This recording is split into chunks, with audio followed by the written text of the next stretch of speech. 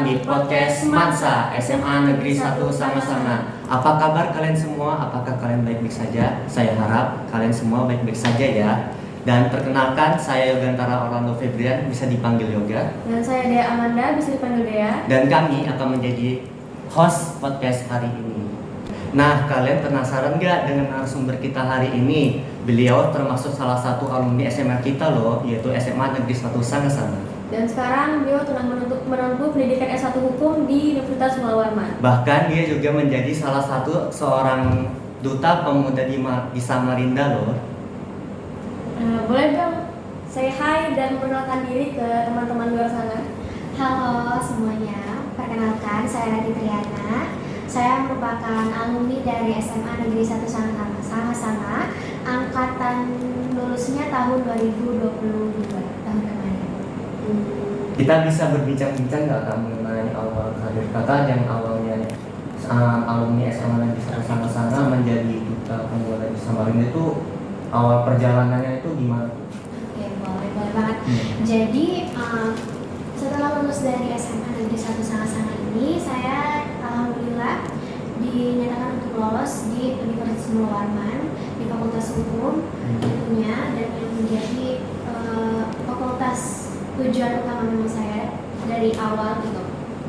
Seiring dengan berjalannya waktu, saya semakin mengenal lingkup dunia kampus itu seperti apa, mempunyai teman dan relasi yang sangat luas, dan akhirnya saya melihat di suatu platform akun Instagramnya Duta Pemuda Kota Samarinda itu sendiri, tidak sengaja saya melihat bahwa sedang ada perekrutan Duta Pemuda Kota Samarinda pada saat itu. Nah, kebetulan saat itu juga saya sedang memang lagi nggak ada kesibukan lain selain dari organisasi di kampus itu sendiri. Akhirnya saya mencari informasi lebih lanjut, dan akhirnya setelah menetapkan diri untuk mau mendaftar, setelah itu di bulan Maret saya mendaftarkan diri di Duta Pemuda Kota Samarinda, mengikuti berbagai seleksi, mulai dari seleksi administrasi yang pertama, seleksi bakat, interview, tes wawancara, dan juga ada kelas-kelas yang diberikan sebagai persiapan kami untuk mengikuti grand final. Dan alhamdulillahnya pada saat pengumuman saya itu dinyatakan untuk lolos di top 20 Duta Pemuda Kota Samarinda. Itu kalau nggak salah di bulan Maret. Dan setelah itu keesokannya kami langsung disuruh untuk ikut lagi tes grand final. Di situ kami menampilkan bakat, dan pada saat grand final itu saya menampilkan bakat menari dan juga bernyanyi sesuai dengan hobi saya seperti itu. Dan setelah itu berjalannya grand final itu ada juga beberapa seleksi yang dilakukan, yaitu seleksi wawancara secara langsung yang dilakukan oleh tokoh-tokoh terkenal yang ada di Samarinda. Yang pertama adalah tokoh Dispora Kota Samarinda, RU1 Putra Kebudayaan, dan juga salah satu pengait seni ternama yang ada di Samarinda. Itu yang menjadi juri utama dan yang menjadi juri saya pada saat itu. Dan alhamdulillah ketika tes itu saya juga berhasil melewatinya, dan pada saat malam grand finalnya alhamdulillahnya nama saya disebutkan untuk masuk ke dalam top 10 Duta Pemuda Kota Samarinda dan menjadi perwakilan Samarinda untuk mengikuti Jambore Pemuda Daerah, karena memang konteks atau tujuan utama dari pemilihan Duta Pemuda Kota Samarinda itu sendiri adalah untuk mengikuti Jambore Pemuda Daerah yang diwakili oleh masing-masing kabupaten kota yang ada di Provinsi Kalimantan Timur. Dan insya Allah nantinya akan saya dan juga ke-9 teman-teman saya, kami akan mewakili Kota Samarinda untuk membawa nama baik Kota Samarinda itu sendiri dalam ajang Jambore Pemuda Daerah di Berau. Keren banget ya. Apakah ada kata-kata motivasi biar menginspirasi teman-teman di luar untuk menjadi duta pemuda Samarinda? Untuk kata-kata motivasi sebenarnya saya bukan seorang motivator ya. Tapi kalau dari diri saya sendiri, hal yang selalu memotivasi saya adalah diri saya sendiri. Jadi selalu tanamkan dalam diri kalian, selalu tanamkan dalam hati kalian bahwa kalian harus terus berkembang, kalian harus terus punya relasi yang banyak, kalian harus terus belajar dan belajar. Jangan pernah puas akan hal itu saja. Terima kasih ya, Terima Kak. kasih ya, Kak. Sama-sama. Oke, jadi topik apa nih yang akan kita bahas hari ini? Nah, topik yang akan kita bahas hari ini tuh bertema bullying. Oh, jadi bullying ini sering banget ya dibahas di mana-mana. Betul. Sebenarnya apa sih arti bullying itu, Kak? Nah, jadi arti bullying sebenarnya itu adalah suatu tindakan yang disengaja oleh satu orang ataupun lebih yang bertujuan untuk melakui seseorang, baik itu fisik maupun mental. Nah, jadi pelaku bullying dengan pelecehan verbal dapat dijerat dengan pasal 80 ayat 1 yang menyatakan setiap orang dilarang menempatkan, membiarkan, melakukan, menyuruh melakukan, atau turut serta melakukan kekerasan terhadap anak. Nah, dengan kaitan tersebut, saya ingin bertanya nih, Kak. Nah, pertanyaannya ini ada 10. Jadi pertanyaan pertama, sebelumnya Kak Rati pernah nggak sih mengalami tindakan bullying? Oke, kalau berbicara tentang bullying, jujur sebenarnya waktu saya masih menempuh pendidikan, kalau nggak salah SD ya, saya itu pernah ada di satu kumpulan anak-anak yang suka membuli anak lain. Oke. Tapi di situ, di dalam kumpulan itu saya juga sering dibully oleh salah satu teman, biasalah. Ya namanya juga masih kecil pada saat itu.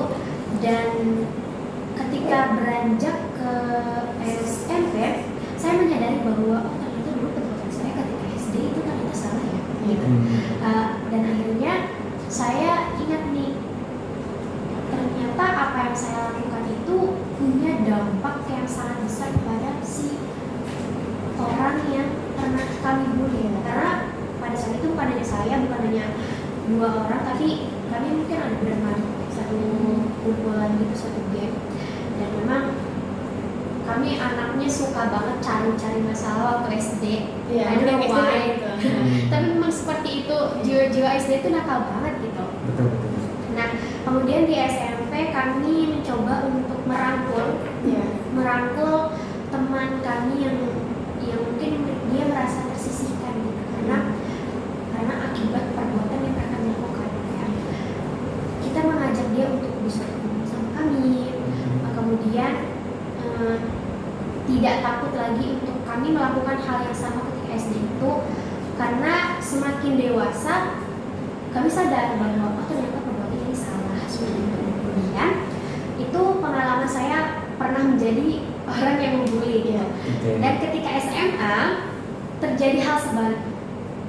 Itu saya waktu kelas 1 SMA masih ingat banget, saya pernah juga dibully, tapi tidak secara fisik, ini hanya secara verbal. Saya tidak tahu alasan mengapa orang yang membuli saya ini itu sangat-sangat tidak suka dan sangat-sangat membenci saya. Tanpa alasan gitu ya, Kak? Iya, benar. Jadi, boleh saya ceritain nggak? Boleh. Jadi, awal banget masuk SMA itu, saya kan bukan orang asli sana-sana ya. Saya juga orang luar dan sangat jauh sekali dari sana-sana dan bersekolah di sana-sana. Saat itu saya tidak punya teman. Saya di dalam satu kelas saya cuma punya satu teman, dan itu pun teman saya dari SMP. Karena kami berdua memang sengaja untuk mau lanjut SMA di SMA satu sama lagi. Dan alhamdulillahnya kami ditetapkan untuk bisa satu kelas lagi di SMA gitu. Jadi kami berdua kemana-mana selalu berdua. Di awal-awal banget masih siswa baru banget, kami belum punya kenalan siapa-siapa. Akhirnya ada 2 orang lagi teman saya, kayak dia mengajak saya untuk, ayo kamu sama kita berdua aja, kita berdua juga nggak punya teman siapa-siapa nih, dan akhirnya kita jadi berempat gitu. Circle. Nah, iya benar. Jadinya circle kami berempat, 2 cewek 2 cowok, dan setelah itu ada circle lain yang itu mereka adalah orang-orang sama-sama juga. Gitu. Jadi dan saya tidak tahu di dalam kelas itu memang mungkin yang terlihat sangat menonjol dan sangat aktif itu hanya saya dan keempat teman saya itu. Sisanya pasif gitu kan? Iya benar. Nah dari situ mungkin mereka yang di luar kami berempat ini mungkin mereka merasa kayak ih apaan sih orang ini gitu, bukan orang asli sini tapi kok berani banget ya. Kenapa saya bisa berani ngomong seperti ini, karena saya pernah dengar mereka secara tidak langsung ngomong dari jauh itu seolah-olah mengatai saya tapi nggak langsung ke saya aja. Dan akhirnya dari situ saya ngerasa kayak kok saya diperlakukan seperti ini ya gitu. Dan saya belum nyadar nih kalau ternyata hal-hal kecil seperti itu pun juga bisa termasuk pembulian. Kalau orang yang dibully merasa tidak enak hati, iya, merasa tersinggung seperti itu. Dan semakin berjalannya waktu, hal-hal seperti itu semakin membuat saya tidak nyaman. Mereka sering melakukan pengecualian terhadap saya, terhadap teman saya juga yang lain yang berempat gitu. Dan setiap ada pembagian kelompok kami selalu tersisihkan. Jadi akhirnya kemana-mana ya kami hanya selalu berempat, dan saya sangat merasa tidak nyaman dengan hal itu. Akhirnya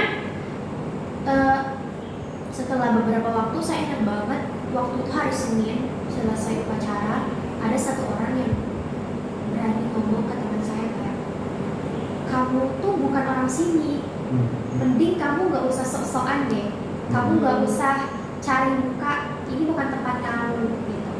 Di situ saya merasa benar-benar kayak sangat sakit sekali, dan saya berpikir bahwa apakah iya orang yang tidak berasal dari daerahnya tidak boleh berkembang di daerah orang lain seperti itu. Dari situ saya merasa bahwa lingkungan kelas saya ini sudah tidak sehat lagi untuk saya gitu.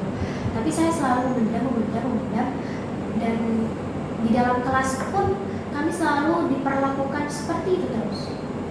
Dan akhirnya saya dengan teman saya merasa kita semakin hari itu trauma.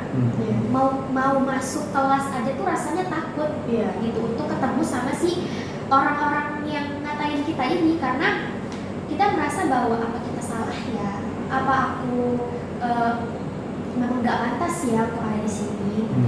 Tapi saya juga selalu menguatkan diri saya bahwa enggak kok, aku nggak salah, ini sudah jalan yang benar. Aku berani untuk berbicara di depan, aku berani untuk mendahului mereka dan menjadi yang paling depan di antara mereka, itu adalah hal yang benar kok, aku nggak salah. Aku selalu menanamkan itu pada saat itu. Tapi sampai pada akhirnya ada satu kejadian yang saya benar-benar gak kuat, udah kayak capek banget, benar, udah capek banget gitu. Saya cerita sama kedua teman saya yang cowok ini, karena kan 2 cowok dan cewek gitu. Nah akhirnya teman saya ini, mereka berdua mengusulkan untuk yaudah langsung lapor ke BK aja gitu. Tapi saya bilang jangan deh, takutnya masalahnya tambah besar. Saya nggak mau hal baik atau citra baik yang sudah saya bangun dari awal saya menjadi siswa baru sampai saat ini malah hanya akan merusak reputasi saya gitu pada saat itu. Tapi teman saya bilang enggak, ini enggak akan merusak reputasi kamu, malah mereka yang akan menjadi malu atas perbuatan yang mereka lakukan gitu. Dan akhirnya karena saya tidak berani untuk ngomong secara langsung ke BK, kedua teman saya yang melaporkan itu ke BK gitu. Dan setelah itu BK tahu dan langsung ditindak, mereka meminta maaf, dan setelah itu COVID, jadi kita nggak ketemu lagi, dan saya juga kayak udah nggak peduli juga gitu. Akhirnya seiring dengan berjalannya waktu makin di kelas karena angkatan saya baru masuk kelas offline lagi itu kalau nggak salah kelas 3 SMA lagi ya. Iya, akhir-akhir juga benar. Jadi udah nggak pernah ketemu sama orang ini lagi karena orang ini udah keluar duluan gitu, udah nggak lulus gitu.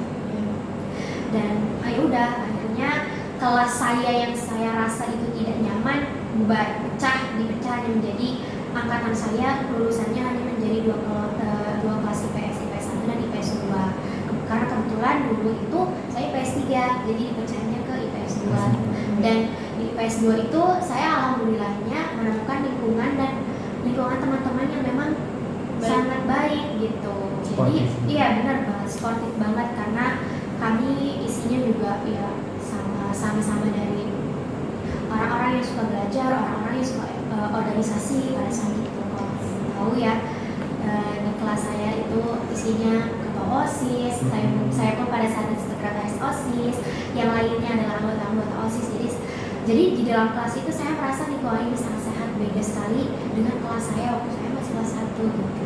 Dan setelah kejadian itu, saya merasa bahwa bertemu dengan orang-orang yang punya positive vibes ke kita itu akan sangat berpengaruh. Makanya trauma saya untuk mau masuk kelas dulu, pas saya kelas 3 SMA udah jadi gak takut lagi.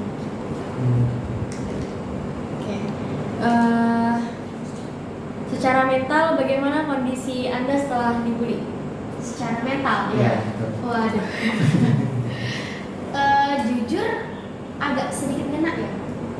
Ngena maksudnya ya itu tadi saya bilang saya agak sedikit punya trauma untuk mau masuk kelas, untuk mau sekolah, dan rasanya tuh udahlah mau pindah sekolah aja, minimal kalau nggak dibolehin pindah sekolah mau pindah kelas lain aja gitu pada saat itu. Dan itu berarti itu sangat berpengaruh kan bagi mental saya, karena sampai saya punya trauma. Dan bahkan mungkin saat ini kalau saya mau dipertemukan dengan orang itu, saya kayak masih kurang bisa gitu, karena mengingat dulu banyak banget omongan-omongan yang menyakiti perasaan saya dan teman saya pada saat itu.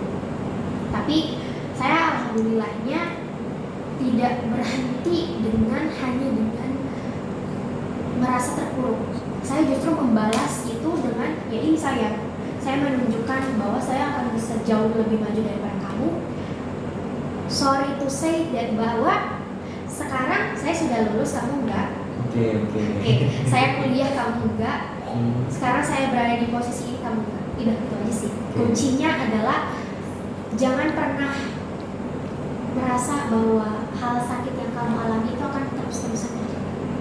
Itu yang selalu saya alami. Jadi trauma saya, alhamdulillah makin kesini tuh makin hilang.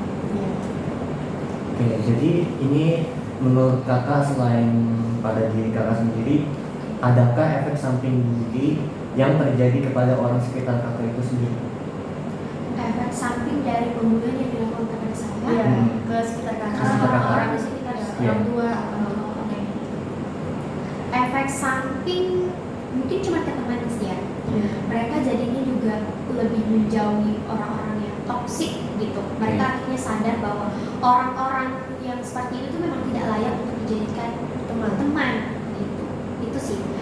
Tapi alhamdulillah berarti efek sampingnya positif kan, mereka jadi sadar. Tapi kalau untuk ke keluarga sendiri tidak terlalu berdampak, karena saya bukan tipe anak yang suka ngomong gitu loh sama orang tua saya lagi ngalamin ini, saya lagi kayak gini di sekolah.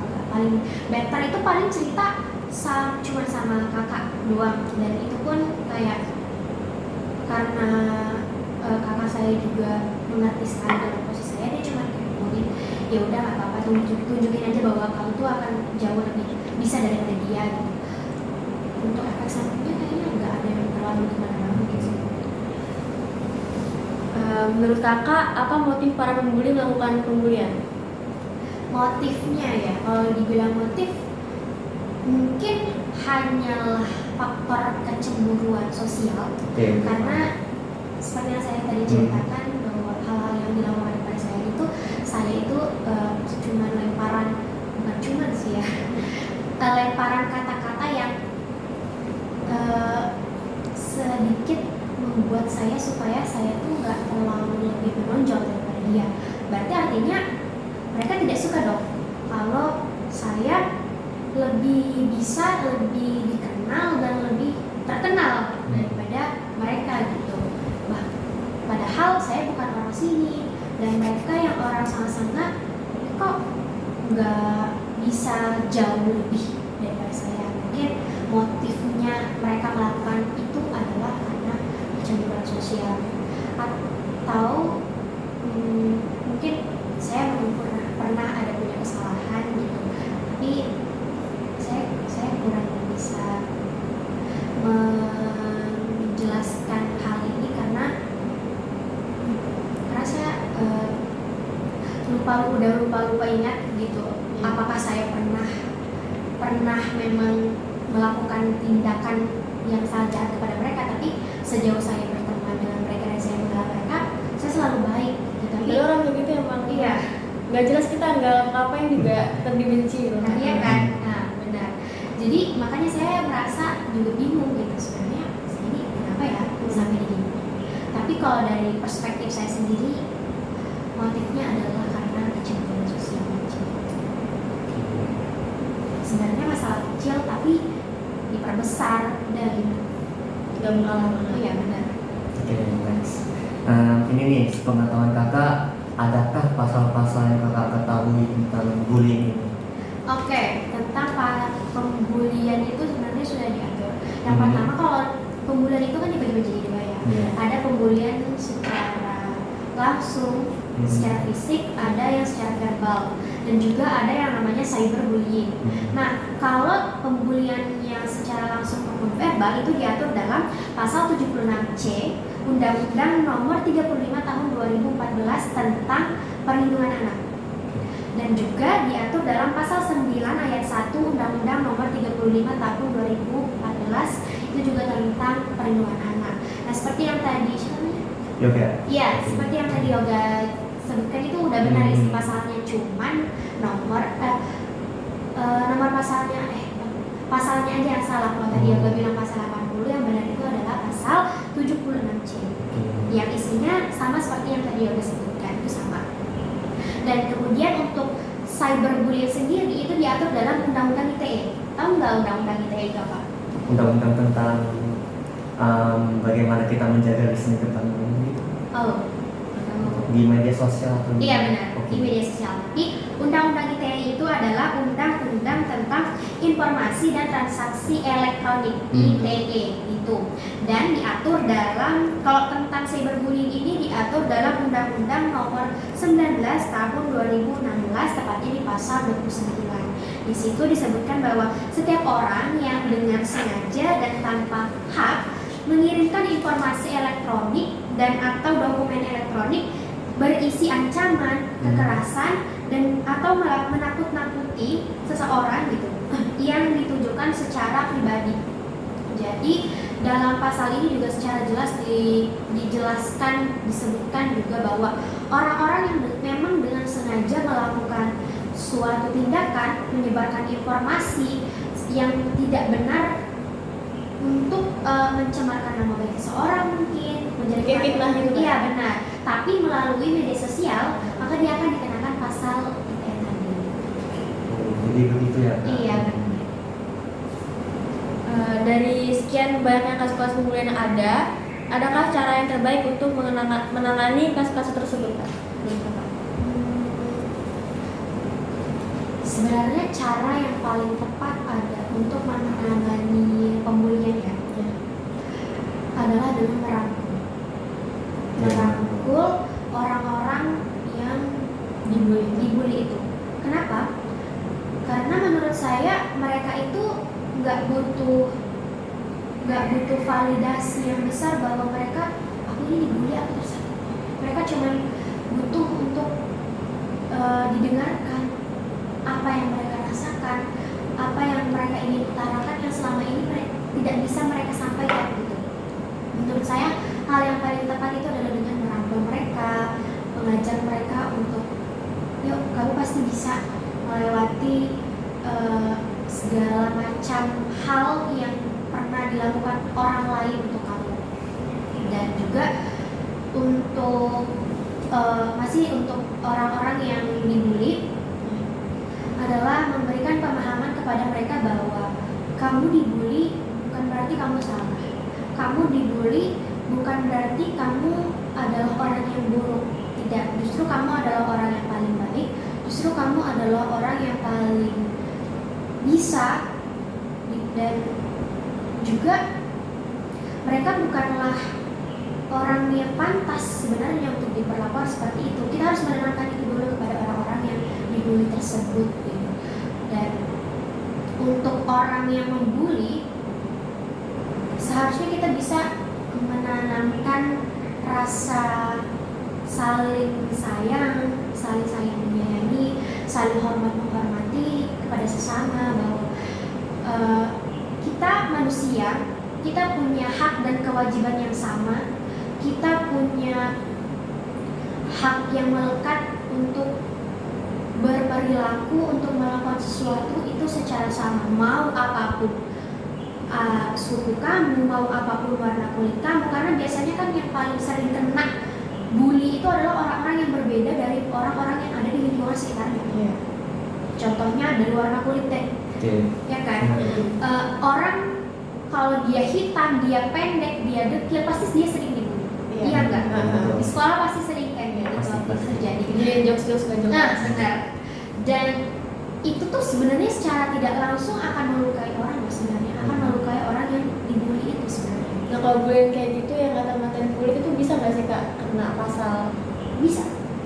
Tapi tergantung apakah orang yang dibully ini memang sampai ngena banget, atau dia hanya ngena tapi ya udahlah jangan aja. Itu tergantung dari si yang dibully.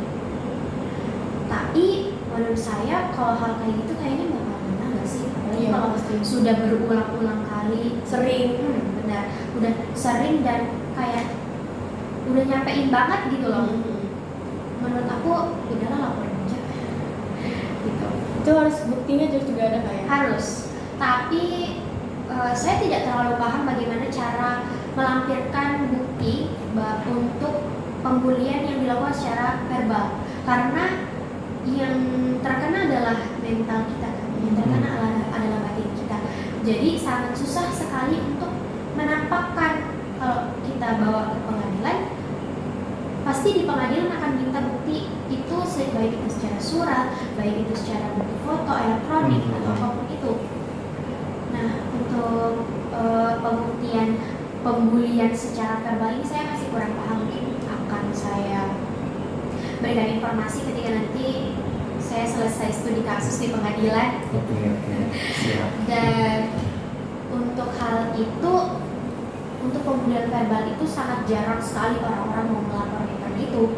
Mereka masih bingung ngumpulin buktinya. Ini mau kemana sih? Iya. Mau bagaimana sih? Selain psikolog yang ngerti, siapa lagi gitu kan? Gak mungkin kita bawa ke psikolog, apakah hakim akan langsung percaya dengan itu kan? Sangat susah gitu. Dan juga untuk si pembuli tadi, hal yang bisa dilakukan, untuk si pembuli hal yang bisa dilakukan yaitu sih yang pertama, balik ke diri sendiri, menanamkan rasa peduli, dan juga mengingatkan bahwa kamu ketika kamu bully, kamu tidak hanya akan dihukum di dunia kalau memang itu dilaporkan, tapi kamu juga akan dihukum di akhirat. Gitu. Menghardik orang, apalagi kayak anak yatim yang dibully, menghardik anak yatim itu nggak boleh loh. Di dalam Al-Quran itu dijelaskan nggak boleh. Dan itu pasti akan punya pembalasan juga gitu, nggak hanya di dunia tapi juga di akhirat gitu. Oke, jadi selanjutnya nih Kak, saya nanya lagi. Ini menurut perspektif Kakak, apakah pembulian yang berdasarkan membalas dendam dapat dihitung sebagai kejahatan atau tidak? Alasannya kenapa? Pembulian yang dilakukan atas dasar Balas dendam. Mungkin dia udah pernah dibully, terus dia mau bully balik. Balas dendam gitu. Itu bisa jadi suatu tindakan pembuliannya, bisa jadi tidak. Kalau menurut saya ya, kalau dalam perspektif saya, tapi besar kemungkinannya itu juga sama pembulian. Tergantung konteksnya apa nih. Kalau dulu dia dibully secara fisik dan ada buktinya, dan dia mau melawan secara verbal, menurut saya lebih gak usah deh. Iya. Mending laporin aja langsung kan. Kecuali tapi kalau mau saling bully membuli juga tidak tidak akan ada habisnya gitu. Betul sih. Sebenarnya itu tidak dibenarkan sih, ya. Tidak dibenarkan untuk melakukan pembulian atas dasar pembalasan dendam itu, itu nggak boleh. Kenapa? Karena kamu tuh sudah ada di posisi aman. Kenapa kamu mau menjerumuskan diri kamu lagi untuk melakukan tindakan yang sama? Jadi tidak ada alasan kenapa hal itu disebut pembulian, dan juga tidak ada alasan kenapa hal itu tidak disebut pembulian. Kalau menurut saya seperti itu. Oke. Nah, kayak pembulian biasanya kan dibagi akan dua bentuk, yakni fisik dan emosional atau mental. Dari kedua bentuk tersebut, yang manakah bentuk pembulian yang lebih buruk? Alasannya apa? Yang lebih buruk itu sebenarnya dua-duanya buruk. Dan dua-duanya punya dampak yang sangat serius, dan tidak ada yang jauh lebih buruk, tidak ada yang jauh lebih baik. Karena pembulian secara emosional atau verbal yang pembuliannya itu tidak dilakukan secara langsung, itu akan melukai hati, batin, dan akan menimbulkan trauma. Dampaknya adalah di psikis seseorangnya. Sementara yang di fisik, dampaknya akan di fisik seseorangnya, bukan hanya fisik, dia akan juga ke psikis. Ya. Dan itu dua-duanya, kalau sudah kena psikisnya, sudah kena mentalnya, akan sangat susah sekali untuk sembuh. Jadi tidak ada yang lebih baik, tidak ada yang lebih buruk. Gitu. Itu sih menurut saya. Dua-duanya sama-sama nggak boleh kan? Iya. Nah, jadi selanjutnya nih Kak, cyberbullying atau pembulian online itu kan sudah menjadi hal yang biasa banget dalam kehidupan di generasi ini, baik itu di game maupun di lain-lainnya. Nah, ini adakah dampak yang berbeda antara cyberbullying dengan bullying di kehidupan nyata? Serta seperti apakah bentuk cyberbullying menurut Kakak? Adakah dampak yang berbeda antara cyberbullying dengan bullying itu sendiri? Saya rasa ada. Pertama, kalau cyberbullying kan orang yang membuli dengan orang yang dibully itu mungkin tidak pernah bertemu secara langsung. Mereka hanya terkoneksi lewat media sosial. Tapi dampak yang ditimbulkan itu juga sangat besar. Kalau yang bullying yang dilakukan secara verbal maupun secara fisik, itu kan mereka pasti ketemu langsung. Dan traumanya itu akan jauh lebih besar. Mungkin orang-orang yang dibully secara verbal akan merasakan hal yang sama seperti yang saya rasakan gitu. Mereka akan jadi takut untuk bertemu dengan orang yang membuli mereka. Mereka akan takut dengan lingkungan tempat dia dibully. Kalau misalnya dia dibully secara fisik, dia akan pasti punya luka-luka, punya banyak bekas-bekas bully itu sendiri gitu. Kalau cyberbully, dia memang tidak dilukai secara fisik, tapi dia akan sangat kena di sini, di mentalnya, sama seperti verbal. Makanya ini juga sangat-sangat berdampak serius, karena sama-sama melukai. Lagi-lagi saya mengatakan sama-sama melukai mental seorang gitu. Kemudian apa tadi? Adakah bentuk cyberbullying? Sebentuk cyberbullying itu sebenarnya yang paling bisa kita lihat secara nyata sekarang itu adalah bagaimana netizen Indonesia membuli artis ataupun public figure. Sering banget kan kita nemuin head comment yang ada di platform para public figure. Dan tidak sedikit public figure itu yang trauma akan hal itu gitu. Tidak sedikit dari mereka yang mengundurkan diri dari dunia entertain hanya karena mereka dibully sama netizen Indonesia yang mereka tuh nggak tahu gitu gimana susahnya untuk bekerja di dunia entertain. Kalau misalnya kita jadi penyanyi, bagaimana susahnya kita untuk mengatur suara kita, bagaimana caranya kita mengatur diri kita di panggung. Sedangkan netizen Indonesia ini hanya melihat dari perspektifnya saja perspektif mereka saja sebagai penonton. Mereka nggak melihat dari perspektif lain gitu. Nah, itulah hal menurut saya itu adalah contoh yang paling bisa kita lihat sekarang ini, yang paling sering sekali terjadi. Contohnya kayak siapa? Keisha deh, dia sampai karena dia nyanyi dengan suara yang sedikit overtone dan akhirnya jadi cempreng, dan banyak netizen Indonesia yang mengata-ngatai dia bahwa dia bukan penyanyi yang profesional. Akhirnya Keisha sempat ngedown, dia sempat tidak aktif lagi di media sosial seperti itu. Dan itu kita nggak tahu loh di kehidupan dia yang nyata dia seperti apa.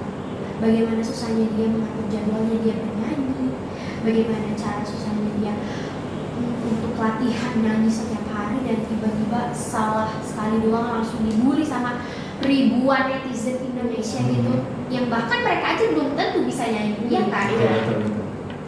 Dan itu sih yang paling bisa saya lihat sebagai contoh yang sangat nyata saat ini terjadi akibat cyberbullying itu. Oke, Kak. Jadi ini adalah sebuah pertanyaan terakhir. Mungkin ada pertanyaan penutup dari kita semua. Menurut Kakak, para orang tua dari keseluruhan anak-anak Indonesia itu, apakah mereka itu melek akan dampak dari bullying gitu?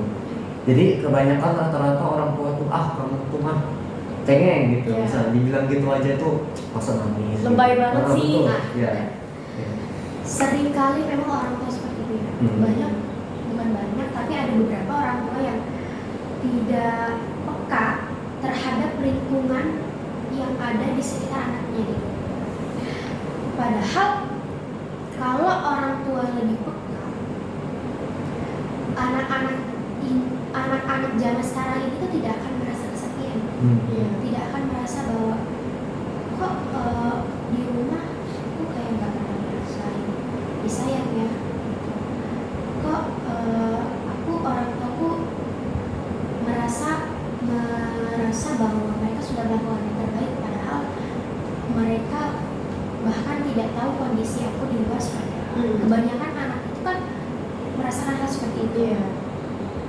Dan menurut saya peranan orang tua untuk hal bully seperti ini tuh sebenarnya sangat berdampak loh. Kalau orang tuanya sendiri lebih aware terhadap anaknya dan lebih peduli kepada anaknya, bukan cuma peduli untuk nanya kayak siapa yang bully kamu, sini kita laporin, bukan, tapi lebih ke nanya deh ke anaknya,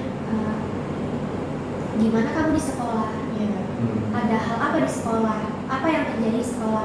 Mungkin dari pertanyaan-pertanyaan kecil seperti itu, anak itu juga akan lebih mau untuk membuka diri ke orang tua, dan akhirnya orang tua juga akan jadi tahu gitu bahwa oh ternyata anak aku di sekolah dan di rumah tidak seceria itu ya.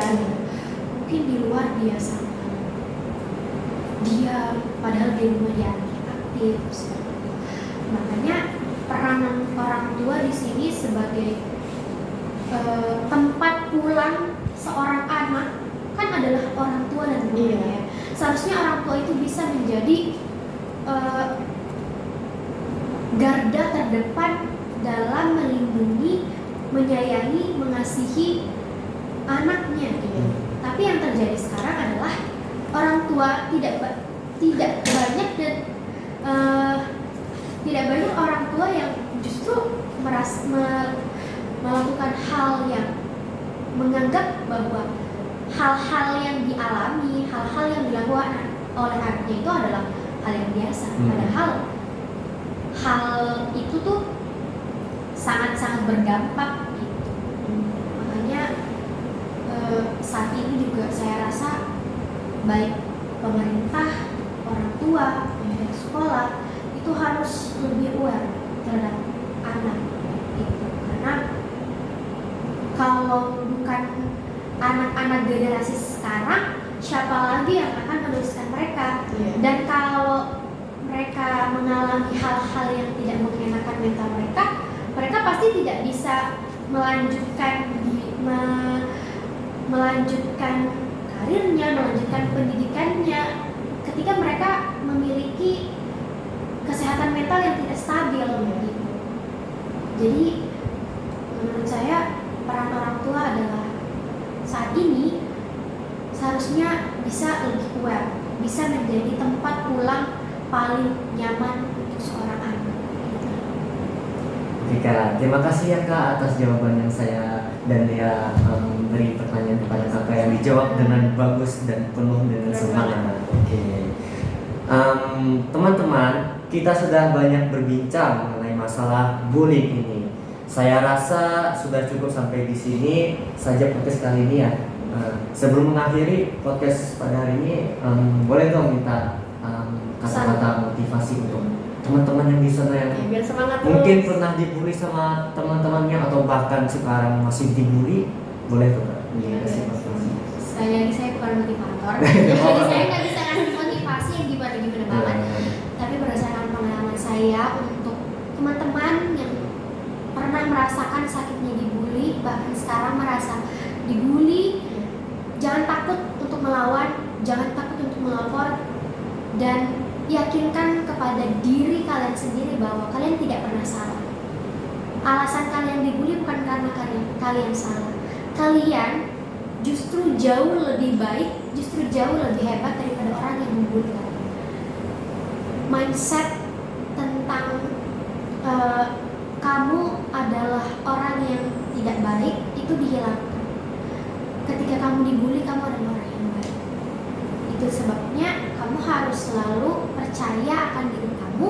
Kamu harus selalu percaya akan potensi kamu, dan jangan pernah merasa rendah ketika kamu dibully. Oke, terima kasih banyak untuk kepada Kak Rati. Sama-sama. Nah, jadi guys, terima kasih banyak telah menonton video podcast kami hari ini. Saya harap teman-teman memberikan kita like, comment, and subscribe, dan jangan lupa di share ya videonya. Oke, saya Yogantara Orlando Febrian. Dan saya Dia Amanda Pamit undur diri. Wassalamualaikum warahmatullahi wabarakatuh.